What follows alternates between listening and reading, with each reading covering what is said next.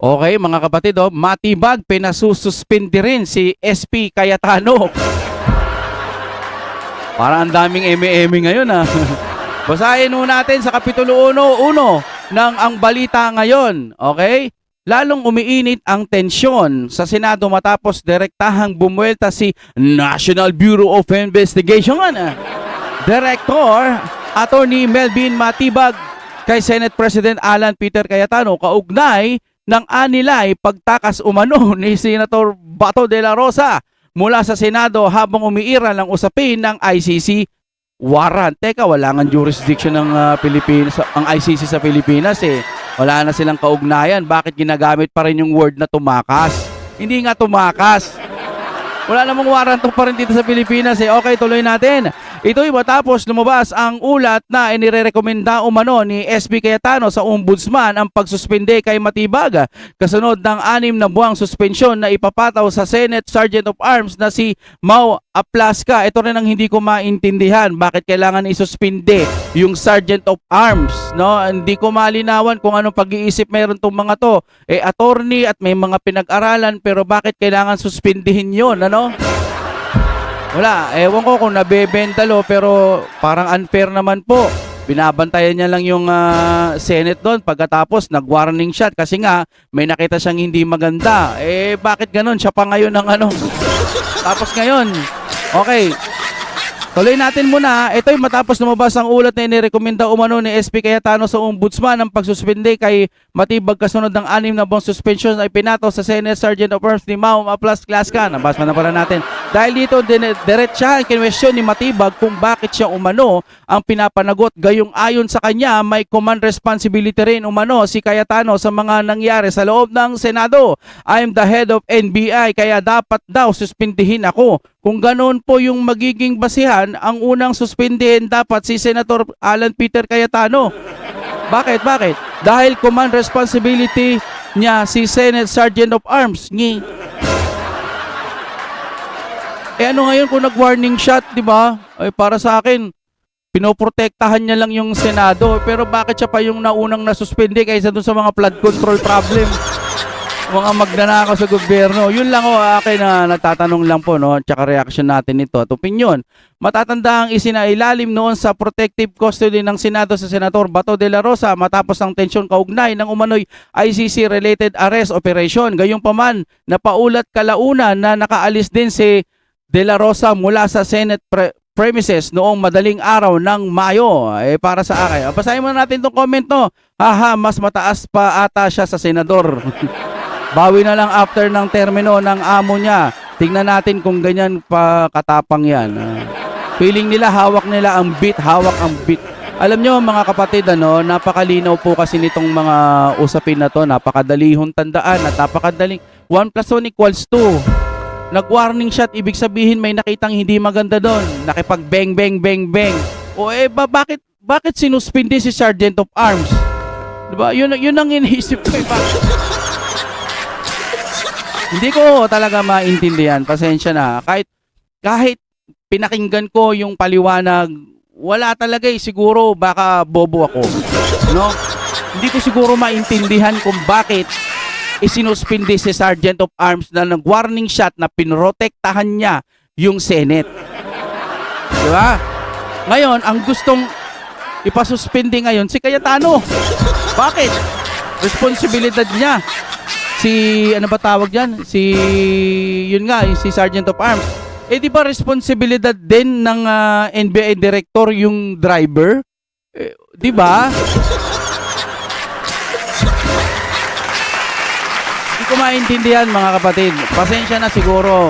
Ako ata yung wala sa tamang pag-iisip dito. Kung may mali man sa sinabi ko, hindi ko talaga naiintindihan kung bakit nagiging ganito na ang ating gobyerno. At eto na mga kapatid, ituloy na natin ang panonood. Mag-update po tayo galing sa Balitang Pinoy TV. I-play na po natin ito. Ay itong si Lucy Torres, ang asawa ni Richard Gomez. Kasi kung matatandaan po natin, itong si Richard Gomez ay congressman sa Ormoc na isa sa mga pumirma para ma-impeach itong si VP Sara. At nag-post itong si Lucy Torres Uy, pabitin ha. Narito ang Balitang Pinoy TV. Okay, tuloy-tuloy po tayo. Okay, una nating pag-uusapan ay itong si Lucy Torres, ang asawa ni Richard Gomez. Kasi kung matatandaan po natin, itong si Richard Gomez ay congressman sa Ormoc na isa sa mga pumirma para ma-impeach itong si VP Sara. At nag-post itong si Lucy Torres kasi parang dinidepensahan niya itong si Richard Gomez kasi binabash sila ngayon ng kanilang constituents. Kasi ang kanilang mga constituents, alam kasi nila na itong mga Gomez na ito, itong si Richard Gomez at si Lucy Torres, kilalang kilala po sila na supporters ng mga Duterte. At kung tutuusin, sila po'y nanalo linya sa mga Duterte. Meaning to say, malaki pong factor na nananalo sila sa kanilang pagiging government officials Bali, sa pagkakaintindi ko, nasa kaalyado nila ang mga Duterte nung panahon na yon, kaya nanalo sila. dahil supporter sila ni Duterte. Alam naman po natin gaano kalawak sa Ormoc ang supporters ni VP Sara at ang mga Duterte. Ngayon, nung lumabas na ang mga pangalan kung sino yung mga pumirma sa impeachment doon sa Kamara, ay napag-alaman ng mga taga-Ormoc na itong si Richard Gomez ay pumirma. So meaning to say, ang sabi ng mga constituents nila sa Ormoc, parang tinatrahidor nyo kami, Richard Gomez. Alam na alam mo na ang mga taong bayan sa Ormoc ay maka-Duterte. Hindi kaya parang sa akin lang opinion lang naman, hindi kaya baka namalitahan na rin sila. Mas kinailangan nila yung laman ng maleta. Baka lang baka lang. Isa pa nga doon sa mga argumento ng mga constituents nila ay bakit hindi nyo kami kinonsulta bago ka pumirma? Kasi si Richard Gomez, pumirma siya without even consulting kung magugustuhan ba ng taong bayan ang kanyang gagawin. Yan ang problema. Hindi actually, sa totoo lang, hindi lang si Richard Gomez ang nasa ganitong sitwasyon ngayon. Marami. Halos lahat ng 200 na mga congressman na pumirma doon sa impeachment ni VP Sara ay nakatanggap po ng bash sa social media at galit na galit sila bakit ang kanilang mga congressman bumoto to impeach VP Sara. So ngayon, itong si Lucy Torres ngayon, nagpalabas ng post sa kanang social media defending the vote of itong pirma ni Richard Gomez. Mamaya, Alam nyo, minsan kasi kaya sila bumuboto, ang indadahilan nila para sa bayan, para sa lokal nila, para may budget, ganyan, Nung nakaraan, di ba, may congressman ata na nagsalita ng ganun, di ko na matandaan, na sinasabi kaya sila bumoto ng yes para magkaroon ng budget yung lugar nila. Parang kalokohan, Sabagay, hindi mo rin sila masisisi dahil iniipit sila. Nasa sa kanila na lang yun kung paano sila magtitiis. Siguro, naging practical sila para makatanggap sila ng maleta. O kaya pera, ganun, Para may budget yung lugar nila. Bukod pa doon, di paldo. Pero, di ba, kaya ka nga buboto ng yes kasi gusto mo na ma-impeach si VP Sara. Ganun naman yun Hindi para malaman na mag-depends si VP Sara. Ang gusto mo, ma-impeach si VP Sara. Ngayon, kung ayaw mo, dapat no. Di ba? Hindi yung kaya lang ako nag-yes kasi ganito, ganyan, pero dapat no talaga ako. Hindi ganun Yes! Kasi gusto mong ma-impeach. Hindi dahil sa kailangan mo ng budget. Kasi kung kailangan mo ng budget, napaka-selfish mo naman. Para lang po kay VP Sara, nag-yes ka na matanggal siya, na ma-impeach siya, para lamang doon sa budget na hinihingi nyo. Di parang wala kang pakialam doon sa mai-impeach na tao. Ang gusto mo lang yung budget. Mali na nga Kaya ka lang bibigyan ng budget dahil doon Okay lang na magkanda, ipit-ipit tayo. At least alam natin kung ano yung totoo. Ang hirap nito, parang mas pinipili mo yung masama. Okay lang, basta hindi kami magutom. Di ba? Wala, maling-mali talaga mga kapatid. babasahin natin yan. Okay? At dito sa Donmar TV, i-explain natin yan. Bakit sablay itong mga sinasabi ni Lucy Torres. Ako, aaminin ko ha, itong si Lucy Torres at si Richard Gomez noon, hinahangaan ko ang kanilang ginagawa sa Ormoc. At sa pagsuporta kay former President Rodrigo Roa Duterte sa war on drugs. Because ito, si Congressman Richard Gomez, ay grabe ang kanyang suporta at that time sa war on drugs. Okay? So mamaya, i-explain natin yan. Okay? Pero bago ang lahat, paki-like at saka paki-share sa mga nanonood. At sa mga first time dito sa Donmar TV, subscribe na po kayo. Okay? Pupunta na tayo dito sa ating unang balita. Itong si Richard Gomez ngayon, parang they are so bothered by their constituents dyan sa Ormoc kasi ano sila, binabash sila ngayon. Bakit pumirma? Ito yung post ni Lucy Torres. Okay? Ano muna natin? Dito muna tayo. First page. Okay? In-screenshot po natin ito sa Facebook. Ito po yung post ni Lucy Torres defending Richard Gomez bakit bumoto sila kay BP Sara. Ngayon, nagpo-post na sila kasi parang ano na sila, natatakot na sila kung ano ang mangyayari sa kanila sa 2028. Baka hindi na sila iboboto ng mga tao nila. Wag nyo na iboto yan pagka ganyan. Inom na tayo ng Coke, guys. Ito. So, in Bisaya po ito, ha? Ang tinuod nga liderato, dili masukod tungod lang sa usa ka issue o usa ka desisyon. Ibig sabihin niya, ang totoong leader ay hindi mo masusukat dahil lang sa isang issue at sa isang desisyon. Yan ang sabi ni Lucy Torres. Kitang tanan adunay lahing-lahing pananaw. Sa Tagalog, tayong lahat ay meron pong iba't ibang pananaw. O baruganan sa politika. At policy o parang ano tawag dyan? Prinsipyo sa politika.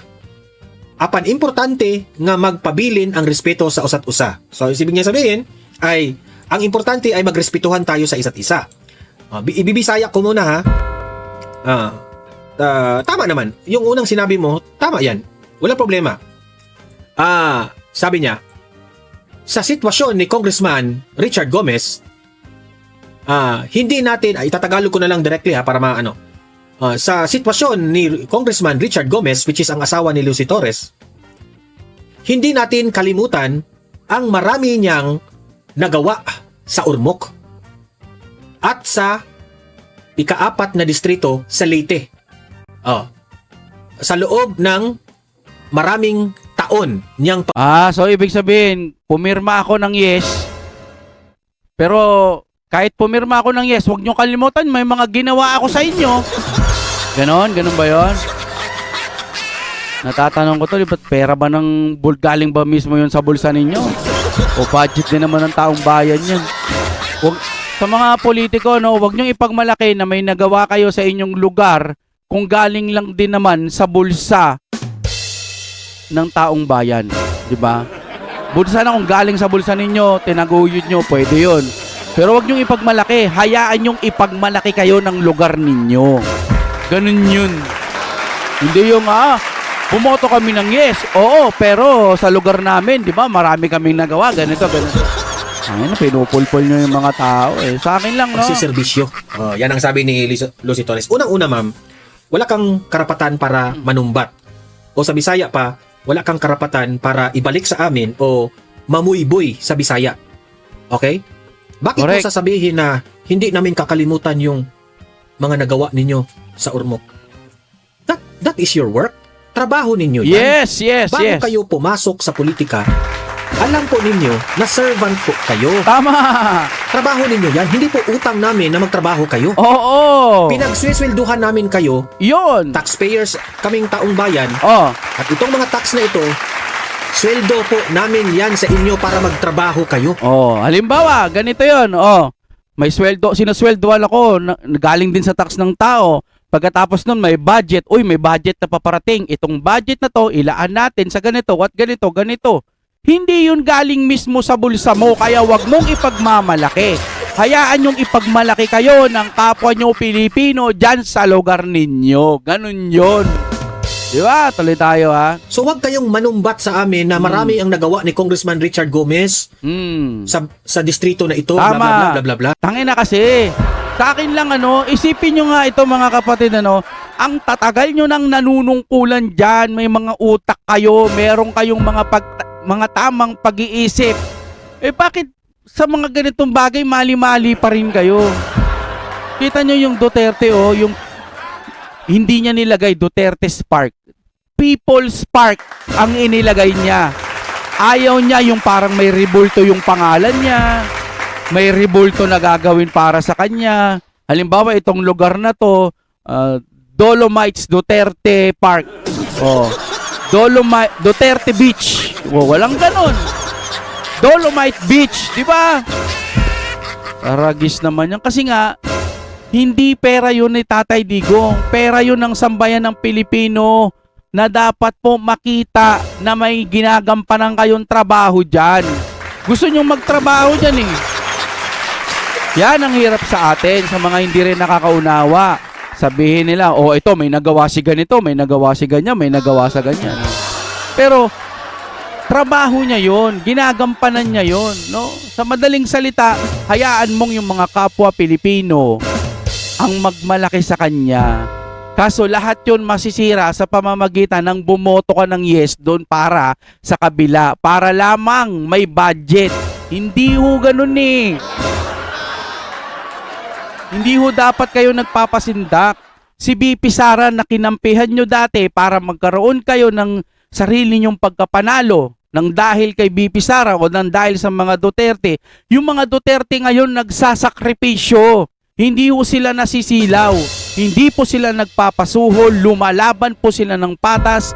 Magpasa hanggang ngayon, lumalaban pa rin sila. Kahit anong mangyari, lumalaban pa rin sila. Walang suhol na mangyayari. Walang areglo na mangyayari. Kung talagang sila ay buaya sila, mananagot sila balang araw. Ganun sana. Hindi yung, hindi, dito na lang ako, dito may pera eh. Hihingi na lang ako ng tawad kay Lord. Mapagpatawad naman si Lord. Ganun ba katanga ang Panginoon? Alam mong mali, ginagawa mo, tas hingi ka ng tawad.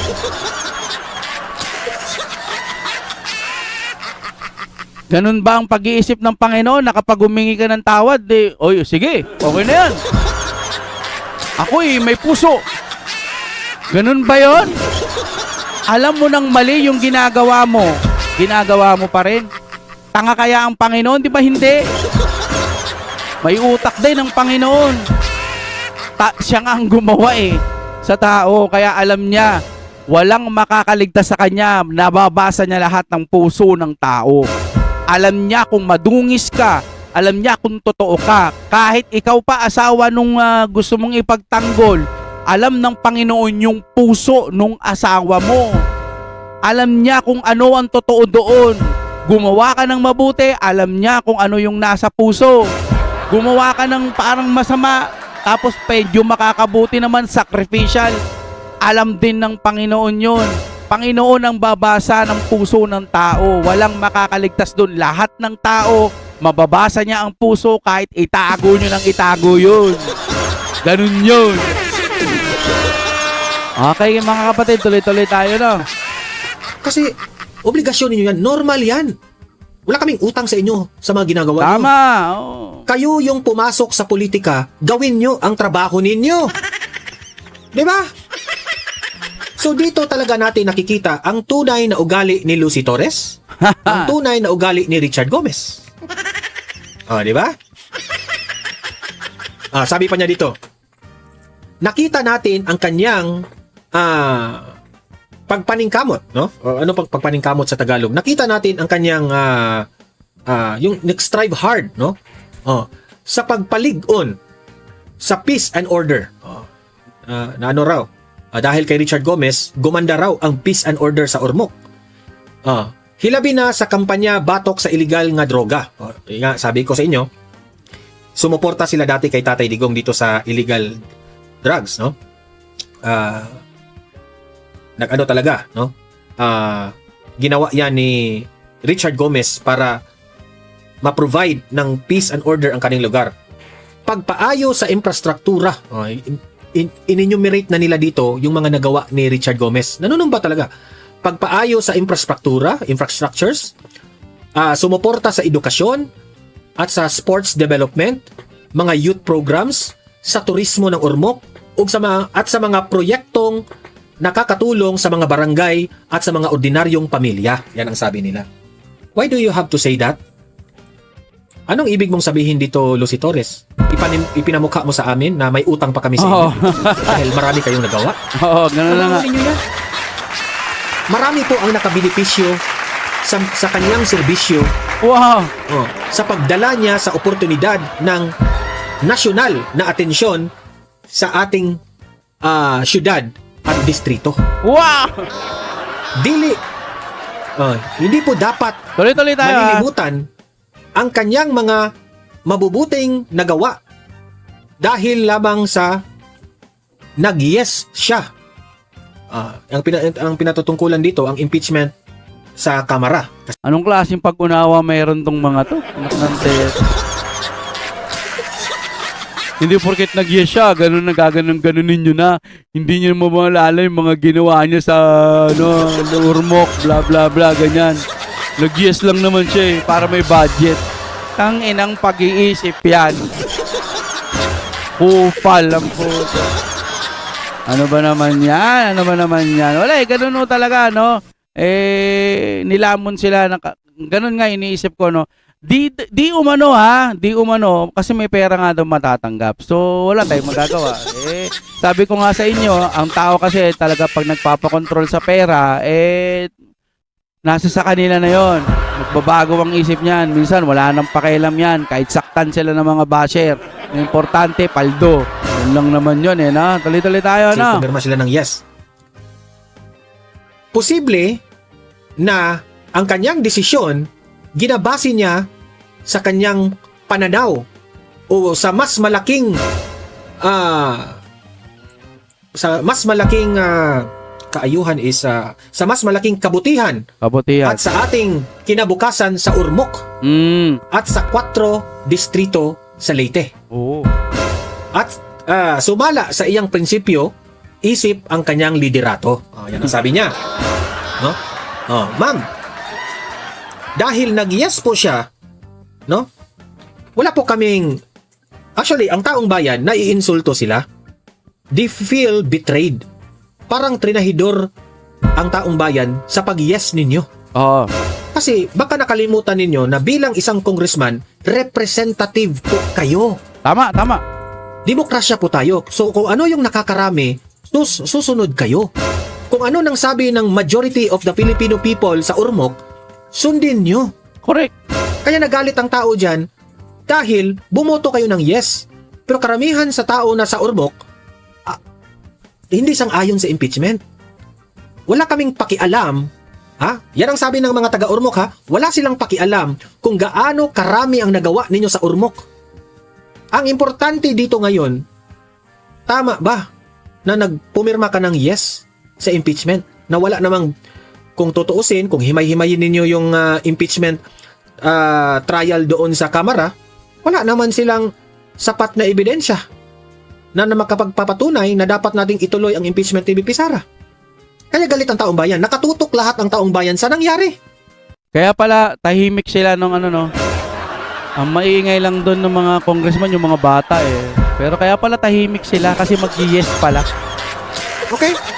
Sabi pa dito niya, ang lahat ng serbisyo sa isang leader, hindi po dapat nating i-judge. Pinaagi, meaning to say, hindi natin dapat i-judge sa isa lang na issue. At isa pa, at sa isang pagkakataon, at sa isang sitwasyon. Hindi raw dapat nating i-judge si Richard Gomez dahil nag-yes siya.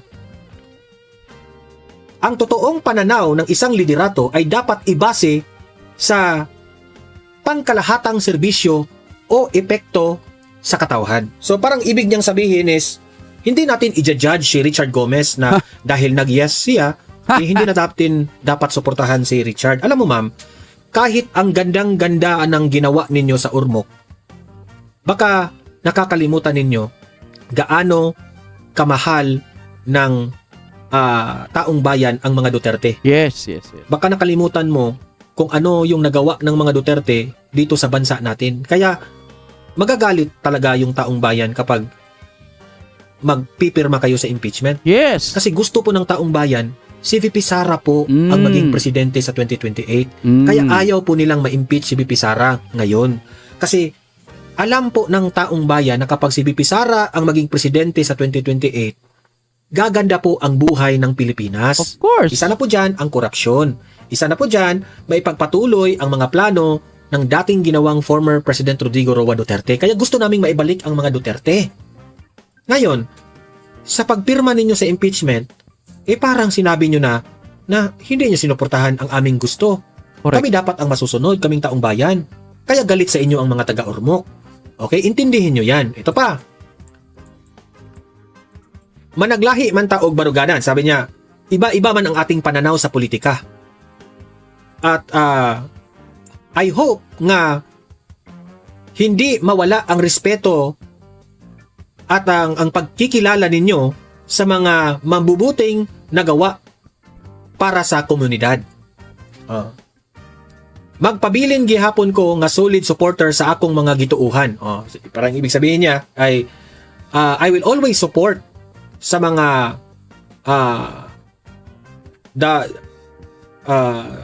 yung parang ibig niyang sabihin na ipagpatuloy ko pa rin ang solid na Ito po, Sir Donmar. Ito po, ito. Ito yung in-screenshot ko ho kasi, yung kay Lucy. Tapos sabi ko sa Google AI, Google AI, pakitagalog po, sabi ko ng ganon. So, ito ang Tagalog niya. Marami ang nakinabang sa kanyang serbisyo at sa pagdadala niya ng oportunidad at pambansang atensyon sa ating lungsod at distrito. Hindi rin dapat kalimutan ang kanyang mga mabubuting nagawa dahil lamang nag-yes siya. Posible na ang kanyang desisyon ay binase sa kanyang pagtingin sa mas malaking ikabubuti at kinabukasan ng Ormoc at ika-4 na distrito ng Leyte ayon sa kanyang prinsipyo bilang pinuno. So sinasabi niya mga kapatid, ayon sa pagkakaintindi ko, magkaka-budget kasi ako dito. Ayon sa ikabubuti ng Ormoc, kaya ako nag-yes. Hindi siya nag-yes para ma-impeach si VP Sara. So parang gano'n ang pagkakaintindi natin dito. Naguhugas kamay na hindi ako nag-yes para mag-impeach, para ma-impeach si VP Sara. Nag-yes ako kasi para mapabuti ang Ormoc at sa ika-4 na distrito. Sabi ng gano'n dito, no? Ito. Posible na ang kanyang desisyon ay ibinase sa kanyang pagtingin sa mas malaking ikabubuti at kinabukasan ng Ormoc at sa ika-4 na distrito ng Leyte. Kumbaga, oo, tama nga naman para mapabuti pero sa madungis na paraan mo gagawin. Mas malaki pa po ang pwedeng oportunidad dyan sa lugar ninyo kapag nagnosana kayo. Kasi maaaring si VP Sara, pagandahin palalo yan at mabigyan kayo ng magandang budget dyan. Pag siya na po ang namuno, mawawalan na ng mga buaya dyan po sa Kongreso kung sakasakali man, magiging matino yung mga ahensya natin at baka mas mabigyan pa kayo ng magandang opportunity. Kaso ang ginawa nyo dito, para kayong nag-Robin Hood. Robin Hood ba tawag doon? Yung parang lang naman na parang nagnakaw o gumamit ka sa masama para lang sa ikabubuti ng Ormoc. Hindi ho patas na laban yan. Paano naman po yung nagno na may paninindigan sila, yung lugar nila, tiniis nila para po sa ikabubuti ni VP Sara. Hindi naman po para sa isang tao lang yon, para din po yun sa ating kinabukasan balang araw. Ngayon kasi wala hong nangyayaring maganda. Hindi ho maganda nangyayari. Nakikita nyo, mahal-mahal pa rin ang langis. Pwede na sanang mababaan yan. Excuses nila, may gera eh. Pwede pang mapababa yan eh. Nung napuna na, inihinto na lang nila siguro sa 80, 82, 83, 84. Hindi na nila mas pinataas pa kasi napansin na nang napansin. Pero ang taas ng tax niyan, di ba? 82, 83, oh. Kung ikumpara mo sa 54, 50 lang dati, di ba? Oh. Ngayon, edi paldo. Kaya huwag niyong ipamuka sa amin na may ginagawa kayo dyan para sa urmok, sa ganyan. Inilagay mo sa alanganin yung isang tao na pwedeng mapabuti ang ating bansa para lang sa lugar na gusto mo. Yung lugar ninyo, solid Duterte pala. Diba? Ang buong serbisyo ng isang pinuno ay hindi dapat husgahan sa pamamagitan lamang ng isang issue. O halimbawa, tumutulong siya, tapos nakita siya nagnakaw, isang issue lang yon. Ay, huwag nyo nang pansinin yung nagnakaw siya. Marami naman siyang nagawa sa atin eh. Ganun ba yun? Yan na, kayo ang mas matatanda eh. Kayo ang mas may nakakaalam, kayo ang mas may utak nandiyan dyan. Ang tatagal nyo na, tas ganyan pa rin kayo mag-isip. O excuses no lang yan para masabi sa mga mamamayang Pilipino, oo nga, tanga-tanga kami. Ganon?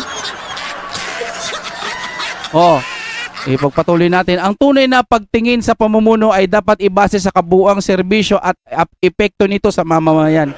Yun nga, kasama na rin po, base sa aking opinion, kasama na rin po sa serbisyo ang pagiging tapat ninyo. Ganun yun. So, siguro hanggang dito na lang tayo mga kapatid. Kung bakit tayo nagsasalita ng ganito para sa bayan, para sa Pilipinas, para sa Duterte, kasi sila ang sa tingin ko, hindi po tayo nababalot o nasasaputan ng mga DDS. Mga DDS. May mga ganun, No hate, pero DDS kami. Wala pong problema doon kasi gusto namin makakabuti sa Pilipinas. Hindi makakabuti sa iilang mga tao lang. Hindi kami ganun mag-isip. Yung iba kasi para lang sa sarili nilang kapakanan, kaya sila nag-BBM, kaya sila nagkakakamping para sa sariling kapakanan, hindi para talaga sa bayan. Pangkalahatan yon mga kapatid. Time. As is, status quo, what do you think happened? Ang ugong over the weekend.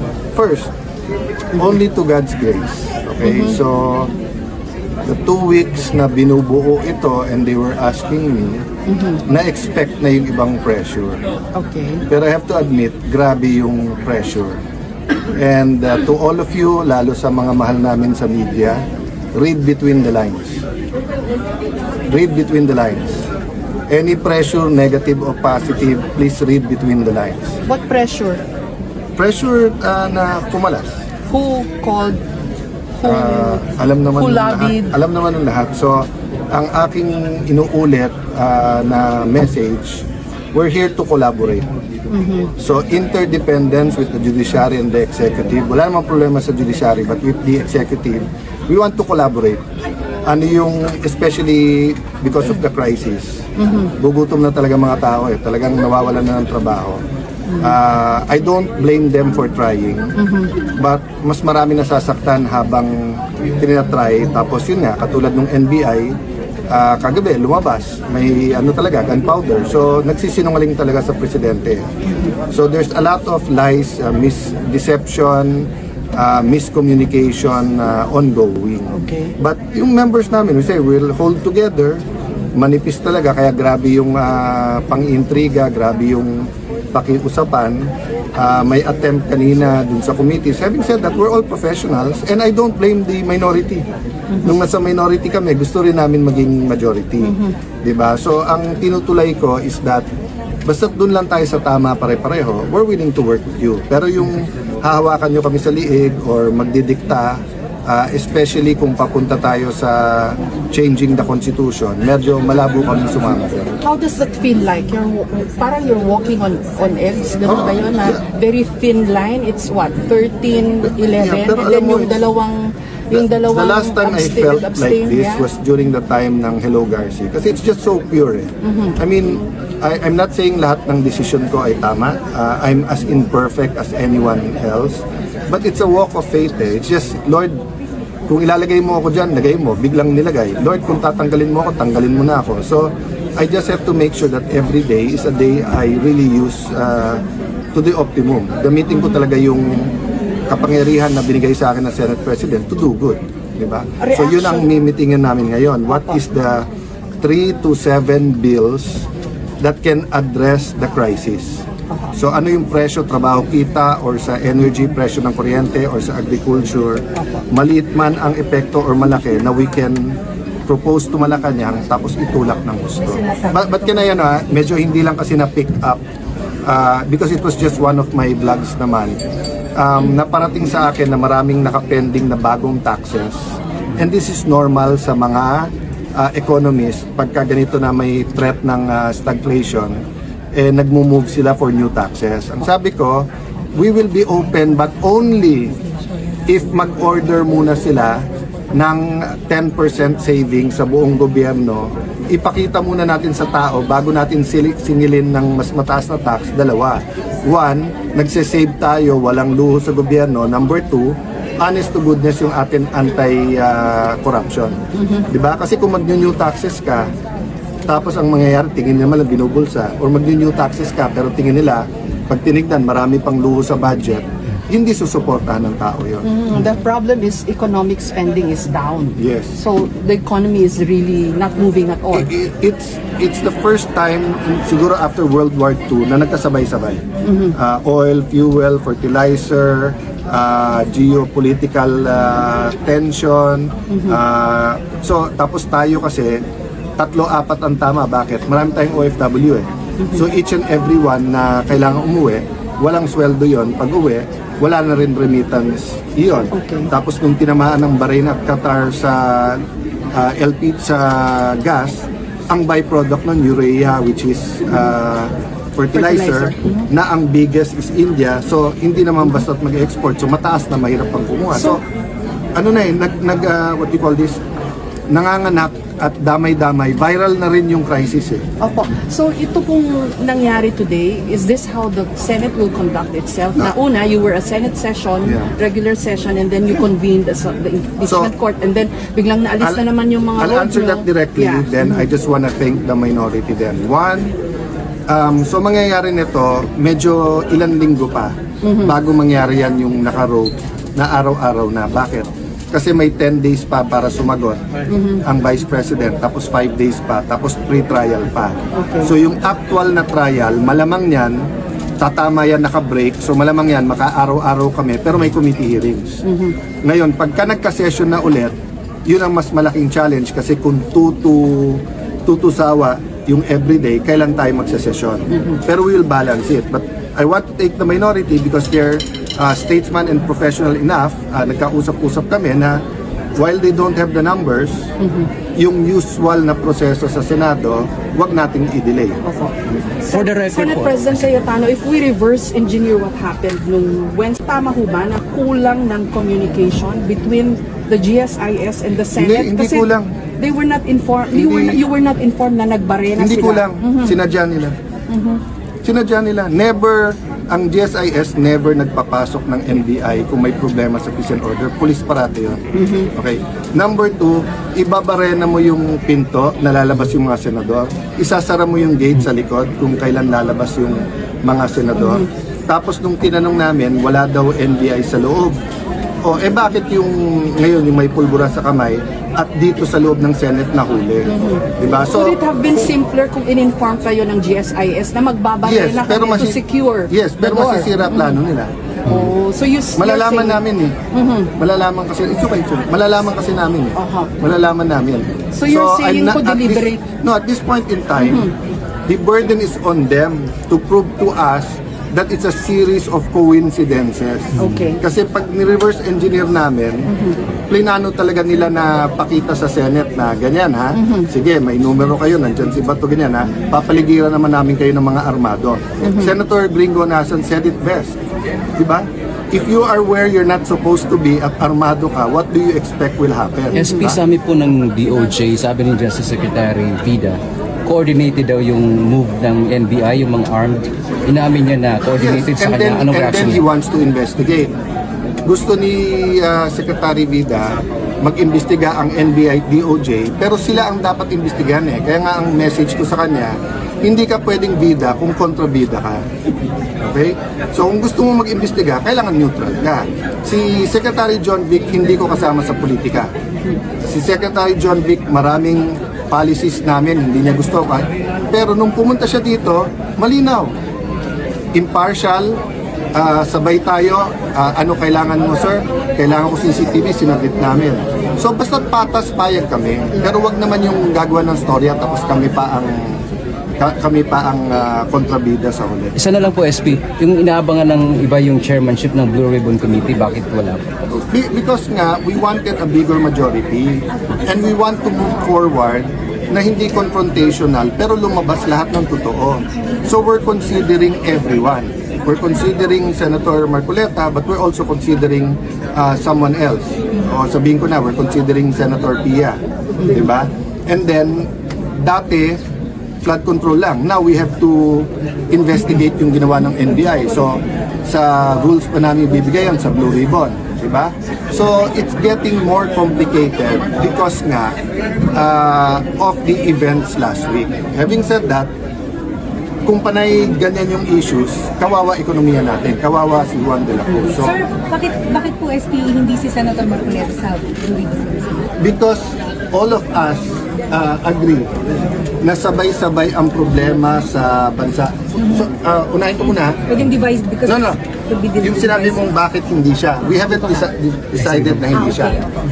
Kung ang tanong, why are we considering others? Because from the start, nung nilagay nila ako, sinabi nilang lahat, walang magdidemand ng kahit anong committee, mag-usap-usap tayo.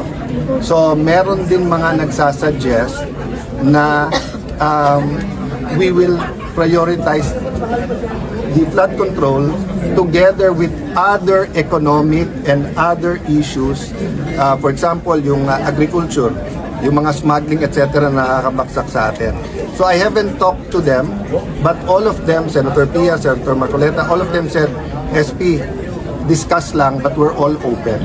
So that's why we're going to go on caucus ngayon. So it may be, it may not be. So we haven't decided the one to o siya ilagay. So karamihan ng binasa natin today ay yung mga dati na, except for a few. Okay, last question. ba yung suspension order ng ombudsman? We're going to discuss it. Kasi pupunta, after the senators, inimit ko yung bagong SecGen tapos yung legal. Okay, thank you. Hindi ba siya ng clearance sa inyo na mag-warning? Nandito ka, ma'am. Wala susunod tayo. Pag sinusugod ka na, hindi ka na makakapaalam. So sa niyang decision yun? Susunod po, susunod po. Sorry, ma'am. May tatanong lang. One point lang ha. Ibabalik ko lang sa inyo sa sa warning shot, okay? Kung sinabi ng Malacanang, bawal ang armado sa nakapaligid sa Malacanang, pumunta ka doon na naka-armado ka, hindi ka ba magwa-warning shot? Okay. Pag sinabi sa Supreme Court, pag pumunta kayo dito armado, mag-coordinate muna kayo. Pumunta kayo, hindi kayo nag-coordinate, hindi ba magwa-warning shot? The circumstance is very important. We were on red alert, if I can call it that way, because nung nangyari nung Monday, at buong araw may mga report ng mga armado and deny yung NBI. Okay? So the investigation is ongoing. Pero yung maglabas na ng mga talking heads, yung mga nagsasalita na hindi dapat ng warning shot, napakadelikado. Pati ang PNP ha, yung general na yon, napakadelikado nung sinasabi niya. Para niyang tinatanggalan ng depensa ang Malacanang at saka ang Supreme Court sa pinagsasabi niya. So ang pakiusap ko, we're being deliberate, we're being prudent. Ingat kayo mga law enforcers kasi yung sinabi nyo, babalik din sa inyo.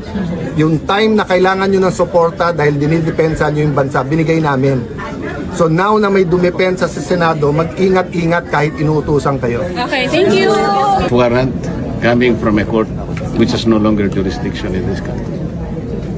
Yung sinasabi ng mga kasama ko, well, para sumulong ko na lang.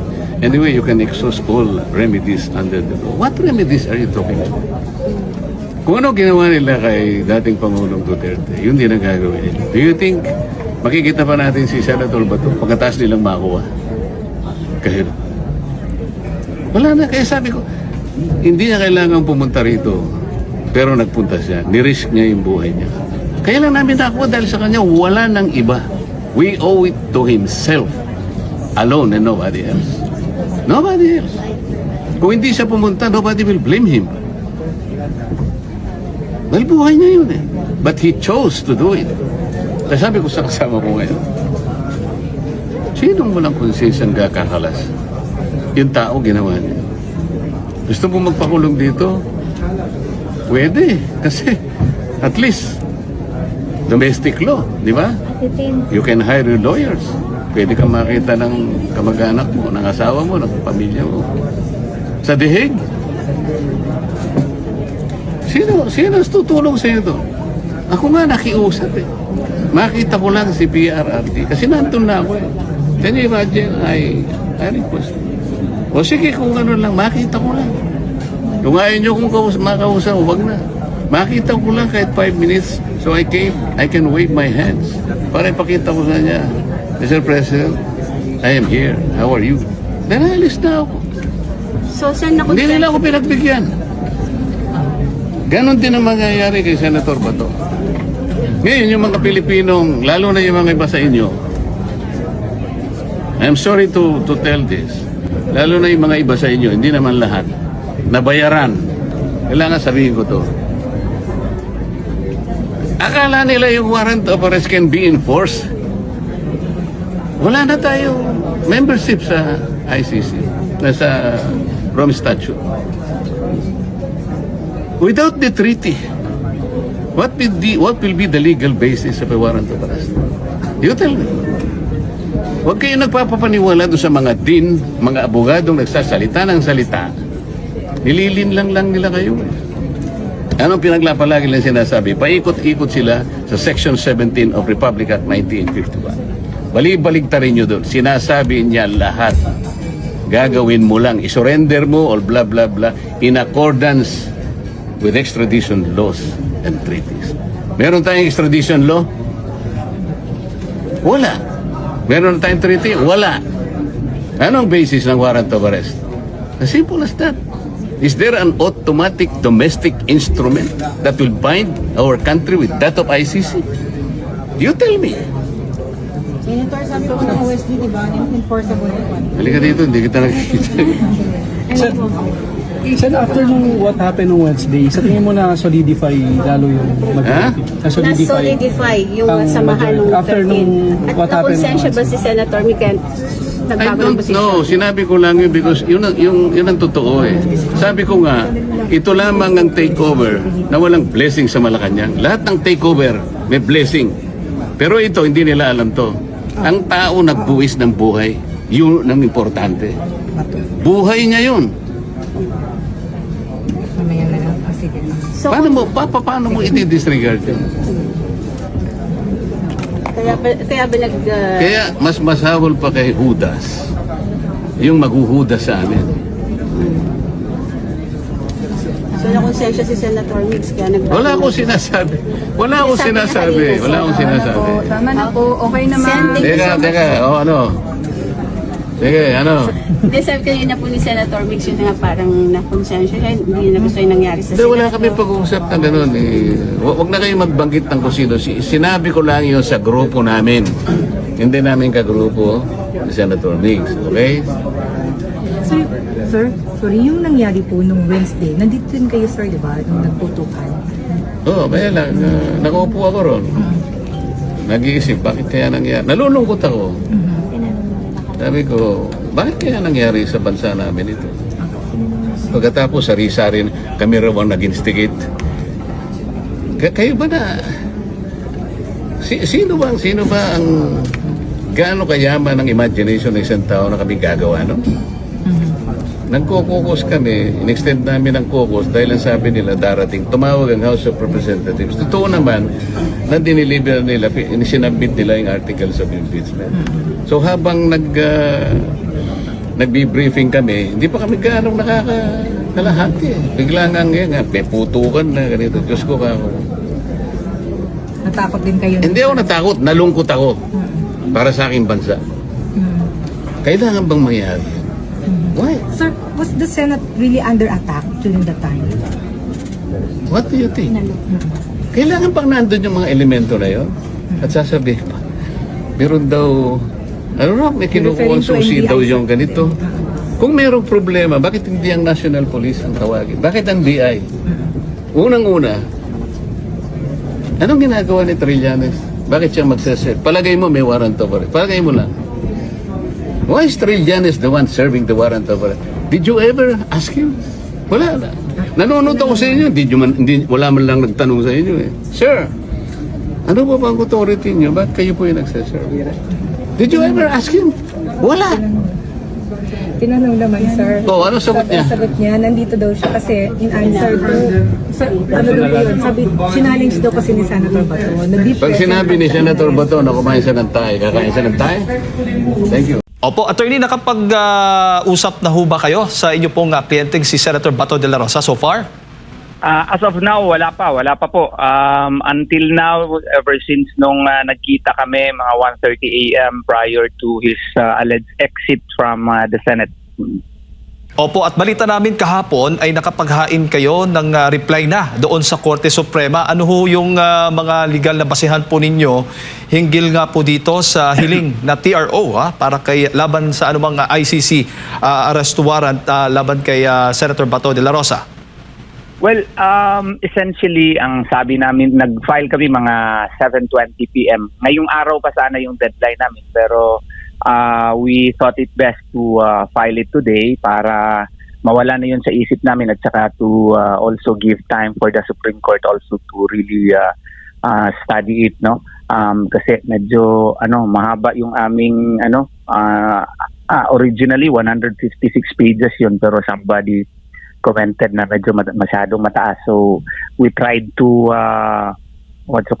trim it down to 117 pages. Ang aming sabi lamang doon, no, sana hindi tayo ma-subjudice kasi pending ito, pero essentially yung mga essential points lang. So the public, I have to balance also the right of the public to know. Ang sabi namin doon is essentially ang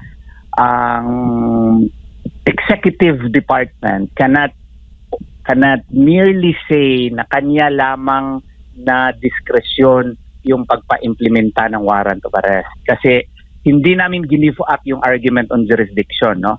Kasi sabi namin, wala namang jurisdiction talaga ang ICC dito. Kasi nga, ang sabi natin, under Article 127, Paragraph 2, only matters under consideration before the ICC. Ang pwedeng ma-extend pa yung, meron silang residual jurisdiction, no? Kasi nag-withdraw tayo on March 17 of 2019.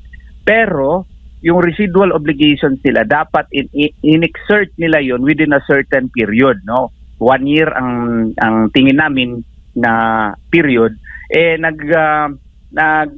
Seek ng authorization yung ICC prosecutor on May 24, 2021 at yung pre-trial chamber nag-authorize ng investigation only on September 15 of 2021. And then ang warrant of arrest na issue on November 6 of 2025. So many years, no, after we withdrew from March 17 of 2019. So ang tingin namin, wala talagang jurisdiction na ang ICC dito sa Pilipinas. Kaya Philippine courts. But even then, maski i-grant na lang natin na kasi may decision na yung appeals chamber sa ICC, granting for the sake of argument, no, without agreeing with them na merong jurisdiction pa. Jurisdiction is different from domestic enforceability. Yung pag-enforce ng warrant of arrest, hindi na yan exclusive domain ng executive department kasi meron ng right to liberty, right to life of a certain person.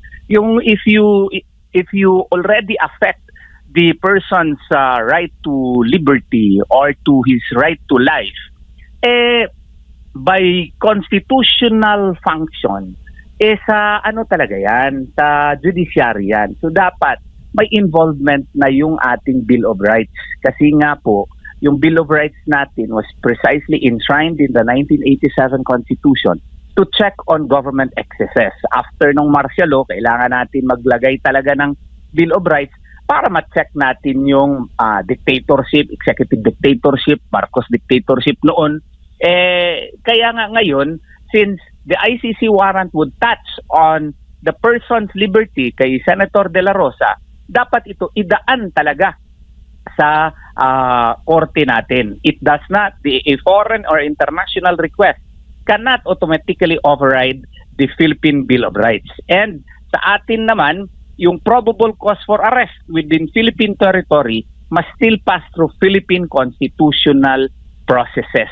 Ang aming palaging sinasabi sa aming reply, hindi pwede i-implementa yan without a valid Philippine court issued warrant of arrest simply because of the fact dahil sa yung surrender or extradition na nakalagay sa Section 17. Sa extradition, meron tayong rules of procedure dyan, promulgated by the Supreme Court. Pero yung surrender aspect, wala tayong rules of procedure po dyan.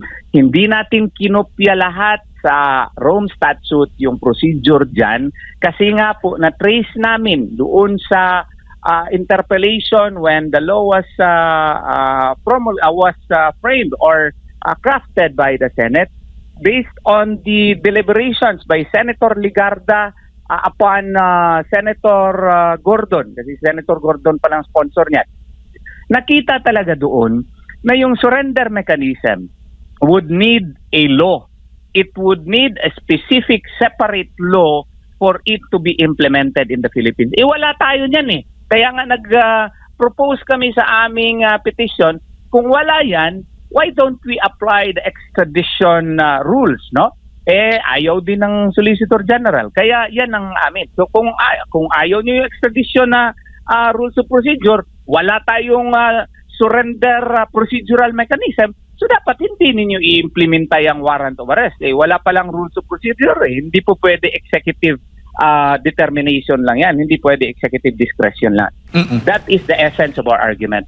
Ayaw ng OSG yung extradition rule, attorney, dahil matagal po yung proseso nun?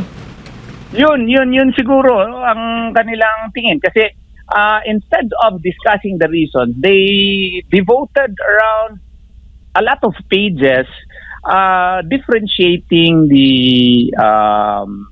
concept of extradition from surrender. Alam naman namin na iba talaga yung surrender at saka extradition. There's no need to differentiate it to us. We know it. Kaya nga sabi namin, since we do not have a law implementing the surrender mechanism, we do not have the procedural mechanism as to how we can implement surrender, then we can apply by analogy lamang yung extradition. Ayaw nila kung ayaw ninyo, huwag nyo i-implementa yan.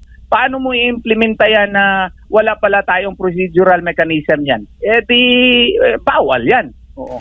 Yun ang aming argument. Opo, ang dating po kasi, attorney, parang pag natanggap natin yung foreign warrant, tulad nitong ICC warrant of arrest, urgent kaagad yung implementasyon. Parang meron tayong, ang gobyerno ay merong pressure o talagang mandatory na talagang sumunod dito. Parang ganun ang dating.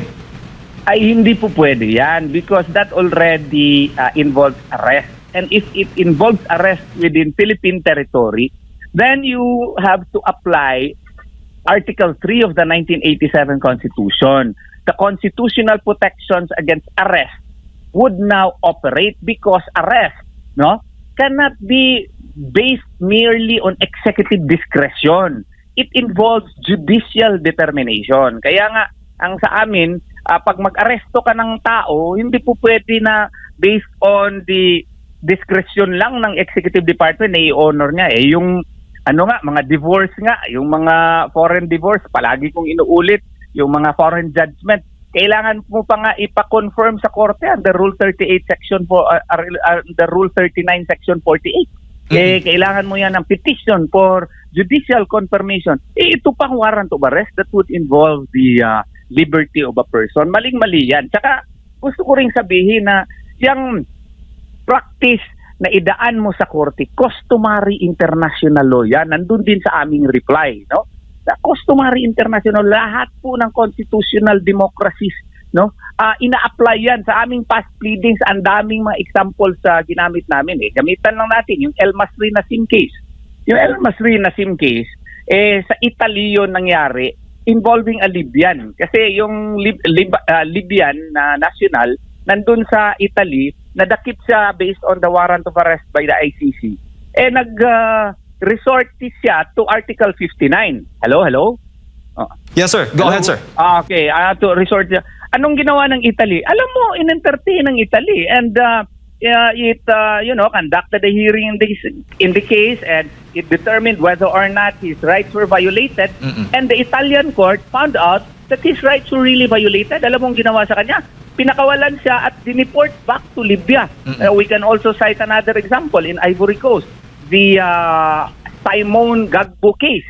Simon Gbagbo case also had an ICC warrant of arrest, but the Ivory Coast, the courts there likewise exercised jurisdiction and determined that his rights were violated and insisted on his jurisdiction rather than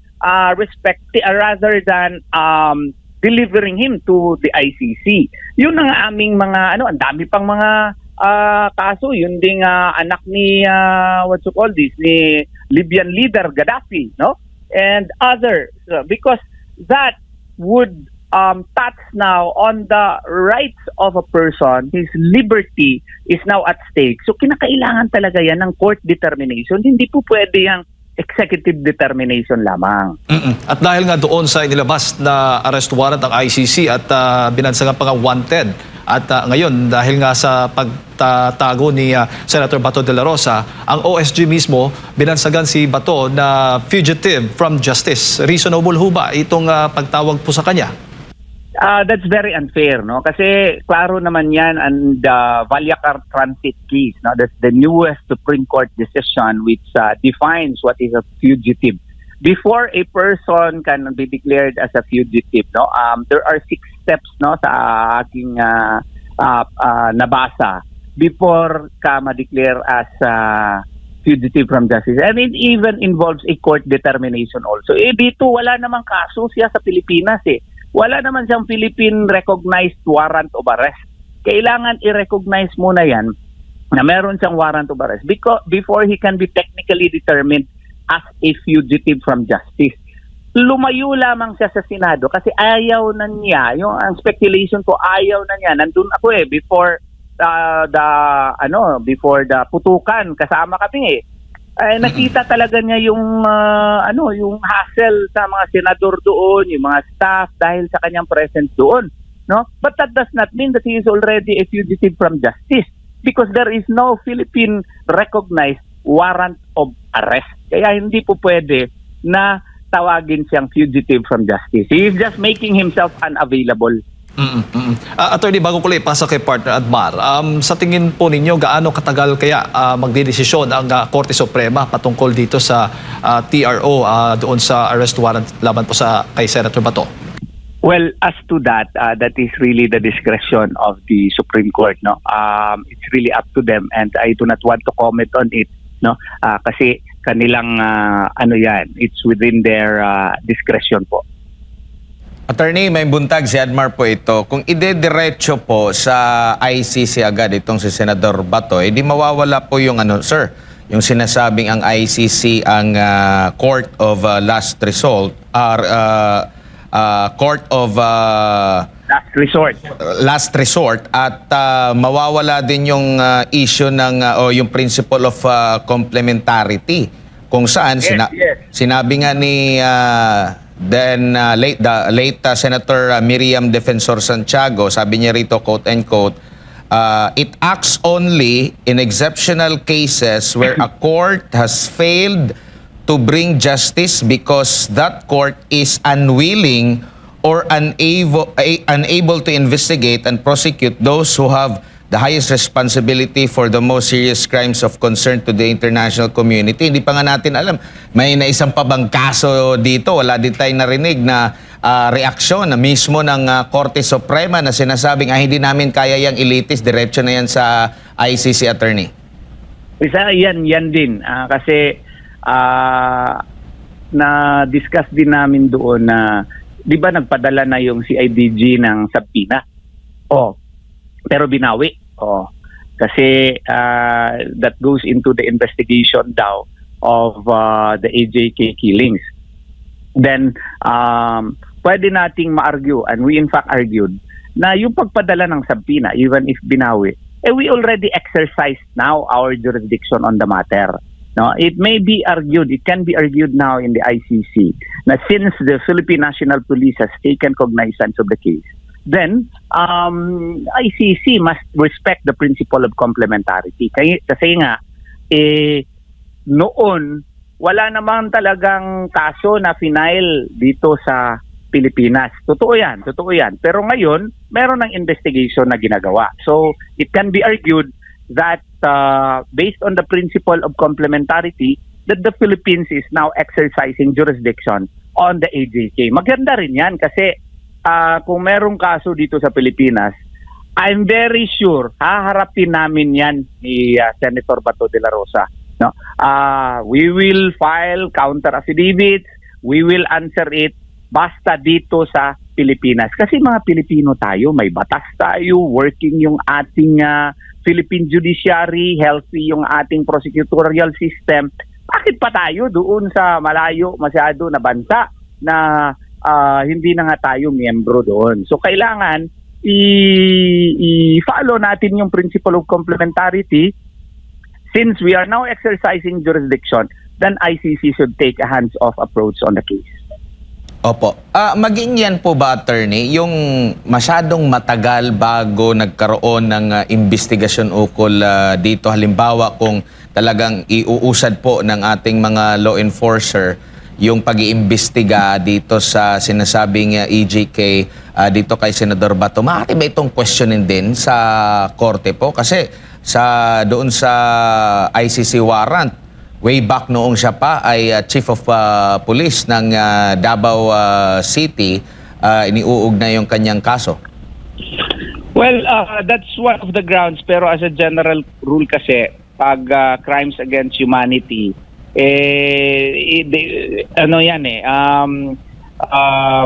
wala yang prescriptive period eh. So baka yan ang sasabihin nila na argument din. Pero of course, if we will we will handle the case, that's one of the reasons also that we will cite. But we should take note that under both international law and domestic Philippine law, crimes against humanity, war crimes do not prescribe. And this means that perpetrators can be investigated, prosecuted, and punished at any time, regardless of when the crimes were committed. And this is actually an additional argument on our side, no? Kasi nga po, the Philippines can always exercise jurisdiction insofar as AJK is concerned, simply because of the fact that these crimes, no, these crimes against war crimes, genocide, crimes against humanity, does not prescribe. Meaning, maski kailan pa ito na gawa o ilang taon na ang lumipas, hindi yan siya magpe-prescribe kung mag-fall talaga siya under crimes against humanity at hindi doon sa mga individual crimes concerned. No? Ang problema yan kung magpitsi-pitsi sila ng imbestiga, yung murder, like for example, kung murder lang, it will prescribe. But if you will lump that together into a widespread attack against a class of persons such that it will now fall into the definition of crimes against humanity, then it will become imprescriptible as it is in fact imprescriptible. So, additional reason niya natin na, ituloy niyo yung investigation dito sa Pilipinas. Kasi nga po, imprescriptible naman yan, harapin namin dito sa Pilipinas. Yun ang additional argument natin. Opo, attorney, paghahambing lang po kasi kayo din po yung naging abogado doon sa nangyaring Maguindanao Massacre po. Sinasabi kasi nila na hindi gumagana yung ating justice system.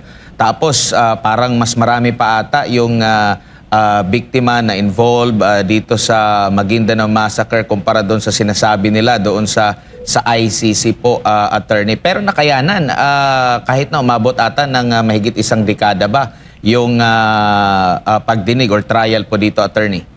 Yes. I was involved in the Maguindanao Massacre kasi nga po, naging involved ako dun sa state witness, no? Naging state witness sa Maguindanao Massacre, and then later doon lang ako as private counsel ni Congressman Toto Mangudadato, no? Ang aking nakita doon, Maguindanao Massacre ngayon the trial may have been a bit long, pero nagkaroon ng hustisya. The accused were given the chance to prove their defenses in court. They were able to cross-examine all the witnesses, but the judge found out that they were really guilty as the evidence against them were overwhelming. So, and the requirement of proof beyond reasonable doubt was reached. So, nagkaroon ng hustisya. At ngayon, pending yung kanilang mga apelasyon, ang ibang incidents nandun sa Court of Appeals, ang iba nandun sa Supreme Court. But then again, justice was achieved. So, kung posible yun sa Maguindanao Massacre, how much more sa yung alleged AJK incident dito sa Pilipinas. So, i-file nila dito, ipatuloy yung investigation and we will face them. Opo. Attorney, si Jade po ulit ito. Si Senator Bato, kung makukumpirma po ninyo, ay nandito po sa Pilipinas at wala po sa abroad. Well, I'm certain na nandito siya sa Pilipinas kasi ilang beses na niya sinabi sa akin at ilang beses na rin sa media na hindi aalis sa Pilipinas yun. Dito lang yun siya. He is making himself unavailable simply because of the fact na nung May 11, nakita naman natin yung intention talaga ng NBI na dakpin talaga siya. Pumasok pa nga sa Senado in the morning binugbog pa nga yung mga empleyado ng mga Senate employees Anong ibig sabihin nun? They really had the intention to arrest Senator Bato de la Rosa even if the warrant of arrest had not yet been confirmed before Philippine courts, even if they did not secure a Philippine-issued warrant of arrest. That already involves deprivation of liberty, and if it involves deprivation of liberty, it is the function of the judiciary to know whether or not due process was observed, because under the 1987 Constitution, no person shall be deprived of life, liberty, or property without due process of law. So, kaya, he is making himself unavailable. Sino bang gusto na dakpin ka lang kaagad, hindi ka bigyan ng day in court, dadalhin ka sa Netherlands? Ito i-emphasize ko rin ang sabi kasi, he was given due process in the ICC, and ICC will give him due process there. Hindi po pwede yun. Kasi nga po, yung ICC follows the inquisitorial approach in their justice system. Anong ibig sabihin yan? Yung parang preliminary investigation nila doon, secret, wala kang chance to defend yourself. You are not even given the chance to file your own counter affidavit. You do not even know that there is already an investigation against you until the warrant of arrest is even a secret. It is what you call this, it is under seal. Mm-hmm. So, how can you say that there was due process? Ang due process mangyayari after na madakip ka Parang si Tatay Digong. Kawawa si Tatay Digong dun. Mm-hmm. Halos nga pagpirma ng kanyang signature, hindi na nga masyado klaro. Gusto ba natin mangyari din yan kay Senator Bato de la Rosa? Para bang dakpin mo na kita, sa presento ka na magpaliwanag? Hindi po pwede yun. Hindi due process yan sa atin under the Philippine concept. Kaya kinakailangan talaga yan, dadaan muna sa Philippine court. Opo. Attorney, nag-convene na po yung Senate Impeachment Court. Ngayon, absent po si Senator Bato de la Rosa. Gaano ho ba kalaki ang papel niya kung sakali man dyan po sa Senate Impeachment Court? Well, kung kinakailangan, I think he will consider appearing. No? Pero as of now, siguro sa tingin niya, nagmamasid naman yan sigurado ako sa TV, no, kung anong nangyayari sa impeachment court, and I'm very sure he is monitoring.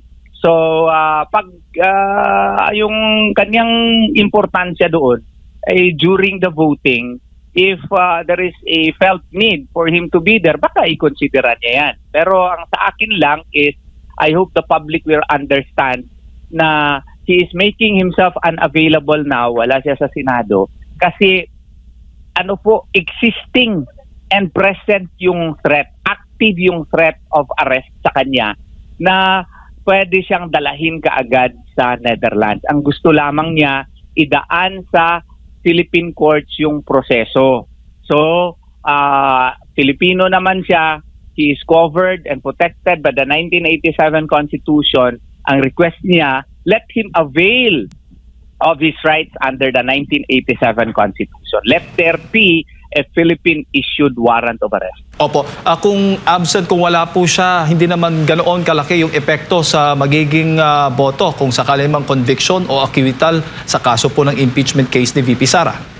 As of the present, kasi kailangan nila ng 16 votes as of the present, may 12 tayo, 11 lang sila. So baka sa tingin ni Senator Bato, baka hindi pa primordial need ang kanyang presence sa Senado.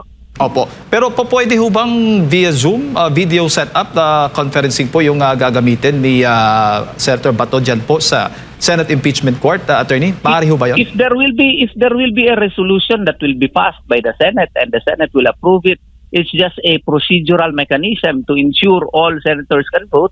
That is a possibility. We never know. Opo, huli na lang.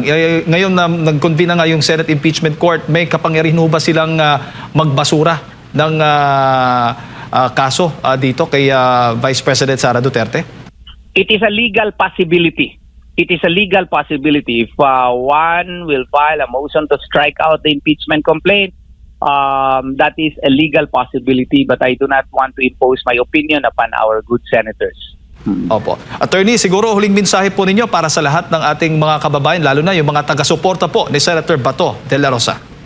Sa mga hindi nagasuporta kay Senator Bato de la Rosa, ito lang po ang masasabi ko sa inyo. No?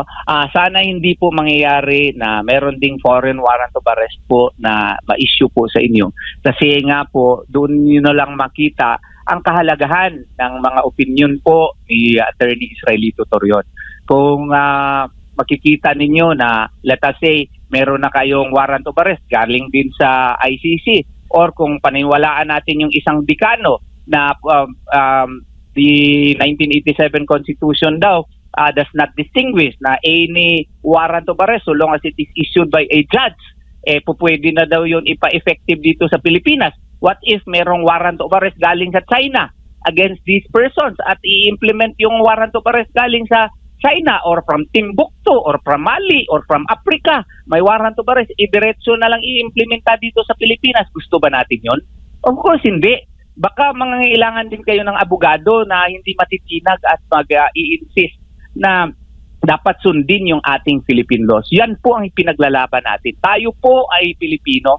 Tayo po ay mayroon tayong sariling konstitusyon. Mahalin natin ang Pilipinas. Dapat mahalin natin ang ating kasarinlan, ang ating sovereignty, at i-embrace natin ang ating independence as a nation. And we should insist in the protection of the rights of our Filipino citizens. Sa mga nagmamahal po kay Senator Bato de la Rosa at kay Tatay Digong, salamat po sa inyong suporta. Huwag po tayong mawala ng pag-asa kasi nga po kinakailangan natin ngayon ang lahat ng dasal kay Allah Subhanahu wa Ta'ala na sana magkaroon ng milagro at patnubayan tayo at pagbigyan tayo ng ating hinihingi doon po sa pinaka taas-taasan na korte dito sa ating bansa. Patuloy po tayong mananampalataya kay Allah Subhanahu wa Ta'ala at sa buong may kapal na sana pagbigyan po tayo. Maraming salamat.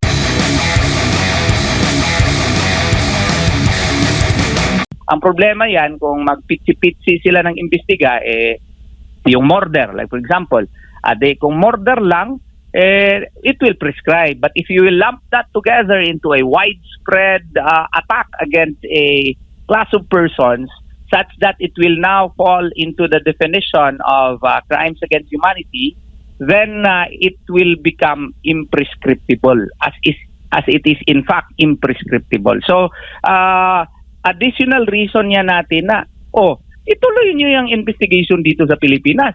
Kasi nga po, imprescriptible naman yan, harapin namin dito sa Pilipinas. Yun ang additional argument natin.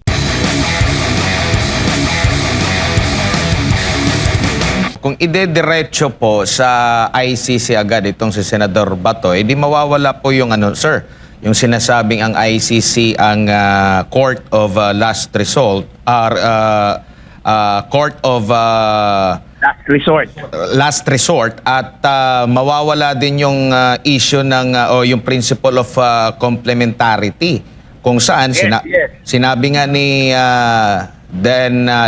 late Senator Miriam Defensor Santiago, sabi niya rito, quote and quote, it acts only in exceptional cases where a court has failed to bring justice because that court is unwilling or unable to investigate and prosecute those who have the highest responsibility for the most serious crimes of concern to the international community. Hindi pa nga natin alam, may naisang pa bang kaso dito? Wala din tayong narinig na reaksyon na mismo ng Korte Suprema na sinasabing hindi namin kaya yung ilitis, diretso na yan sa ICC, attorney. Isa yan din. Kasi na-discuss din namin doon na, di ba nagpadala na yung CIDG ng subpoena? Pero binawi. Kasi that goes into the investigation daw of the AJK killings.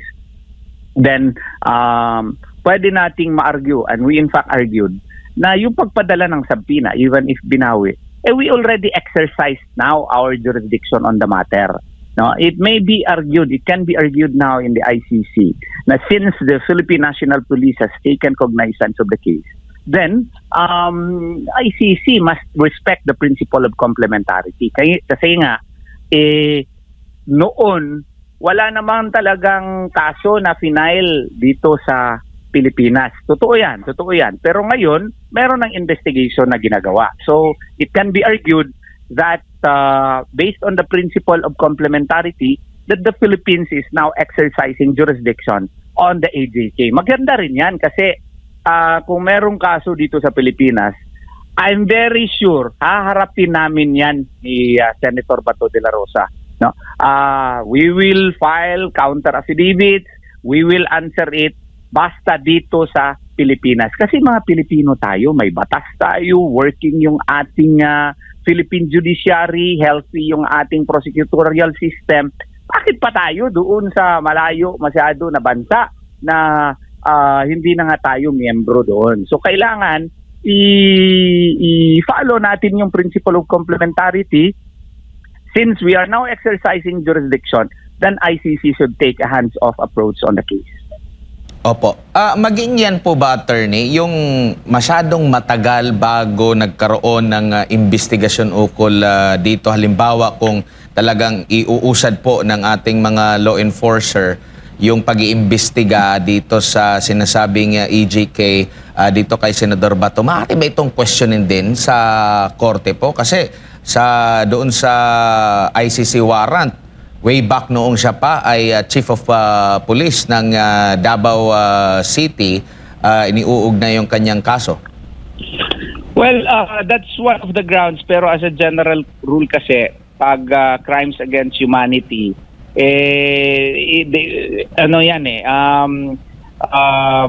wala yang prescriptive period so baka yan ang sasabihin nila na argument din. Pero of course, if we will we will handle the case, that's one of the reasons also that we will cite. But we should take note that under both international law and domestic Philippine law, crimes against humanity, war crimes do not prescribe. And this means that perpetrators can be investigated, prosecuted, and punished at any time, regardless of when the crimes were committed. And this is actually an additional argument on our side, no?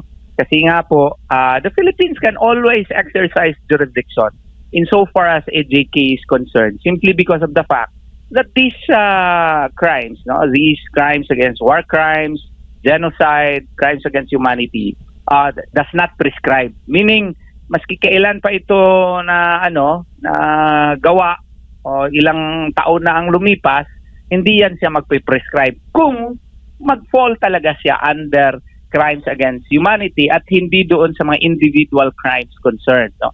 Ang problema yan kung magpitsi-pitsi sila ng imbestiga, yung murder, like for example, kung murder lang, it will prescribe. But if you will lump that together into a widespread attack against a class of persons, such that it will now fall into the definition of crimes against humanity, then it will become imprescriptible, as it is in fact imprescriptible. So, additional reason niya natin na, ituloy niyo yung investigation dito sa Pilipinas. Kasi nga po, imprescriptible naman yan, harapin namin dito sa Pilipinas. Yun ang additional argument natin. Opo, attorney, paghahambing lang po kasi kayo din po yung naging abogado dun sa nangyaring Maguindanao Massacre po. Sinasabi kasi nila na hindi gumagana yung ating justice system. Tapos parang mas marami pa ata yung biktima na involved dito sa Maguindanao Massacre kumpara doon sa sinasabi nila doon sa ICC po, attorney. Pero nakayanan, kahit na umabot ata ng mahigit isang dekada ba yung pagdinig or trial po dito, attorney? Yes. I was involved in the Maguindanao Massacre kasi nga po, naging involved ako dun sa state witness, no? Naging state witness sa Maguindanao Massacre, and then later, doon lang ako as private counsel ni Congressman Toto Mangudadato, no? Ang aking nakita doon, Maguindanao Massacre ngayon the trial may have been a bit long, pero nagkaroon ng hustisya. The accused were given the chance to prove their defenses in court. They were able to cross-examine all the witnesses, but the judge found out that they were really guilty as the evidence against them were overwhelming. So, and the requirement of proof beyond reasonable doubt was reached. So, nagkaroon ng hustisya. At ngayon, pending yung kanilang mga apelasyon, ang ibang incidents nandun sa Court of Appeals, ang iba nandun sa Supreme Court. But then again, justice was achieved. So, kung posible yun sa Maguindanao Massacre, how much more sa yung alleged AJK incident dito sa Pilipinas. So, i-file nila dito, ipatuloy yung investigation and we will face them.